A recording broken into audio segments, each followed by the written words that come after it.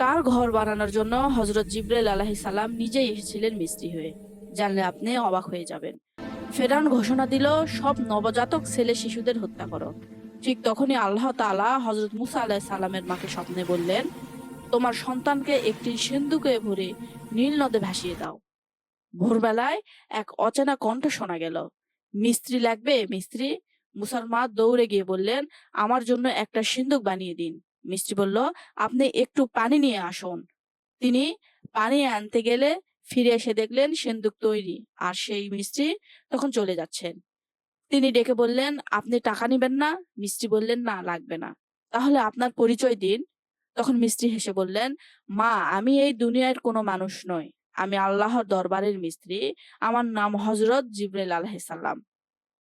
আপনার সন্তানের জীবন রক্ষার জন্য আল্লাহ তাআলা আমাকে নিজ হাতে মিস্ত্রি বানিয়ে পাঠিয়েছেন।